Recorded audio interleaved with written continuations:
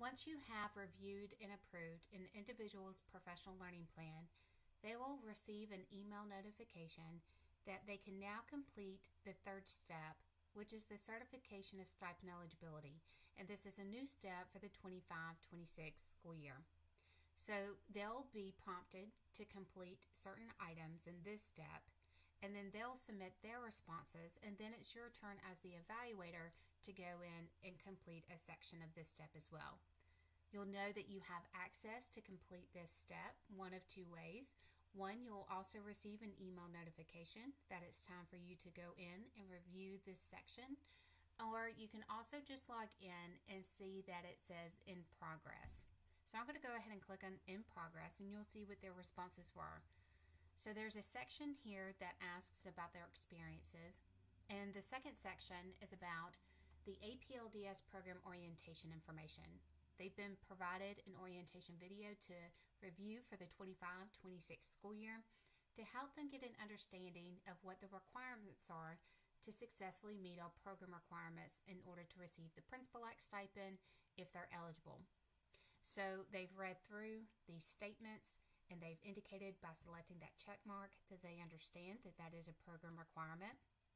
They were also provided information about the principal-elect stipend eligibility criteria.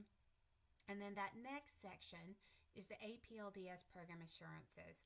So that allows them to engage in a series of questions so that they can get a sense of what their stipend eligibility status might be once we've pulled all that data later on in the fall, around November, December, to go ahead and determine our stipend eligibility list for the current school year.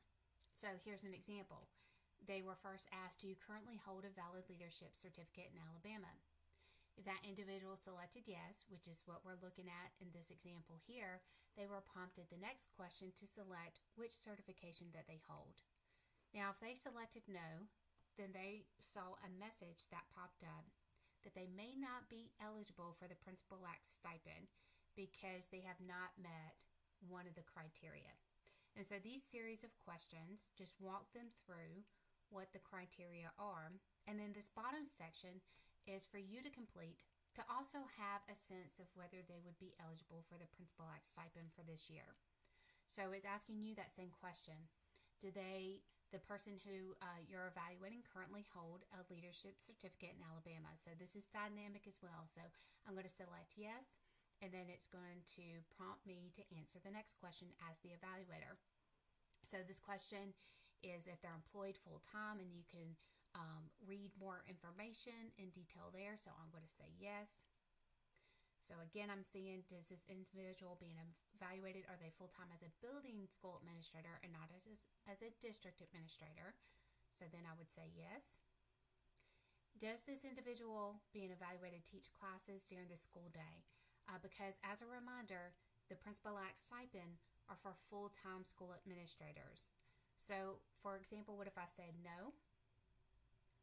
Then it's going to hit that pop-down question just to make sure that they are not added as a lead teacher or co-teacher role in Power School SIS for one of these type level courses. So that's a credit-bearing course, but aligned to courses of study. But what if I say yes?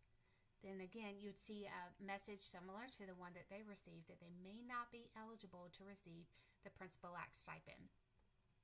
All right, so I'm going to hit no just to proceed so that you can see what this looks like. It asks about their staff position listed in the education directory, and making sure that, also note that their staff position needs to also match what school that they're at in EdDur, and that they're not assigned a superintendent or assistant superintendent staff position. So I'm going to say yes. The next question, does the individual being evaluated serve in an interim position? Unfortunately, if somebody is an interim, then they will not be eligible for the principal-elect stipend. So if I select yes, I'm going to get that message again. But if I select no, I have completed this section. So now as the evaluator, it's time for you to go ahead and submit your responses. So that will then lock that certification of stipend eligibility step for them, and then they can then proceed to the next step, which is evidence. So in order to do that, you'll need to make sure you click Submit at the bottom.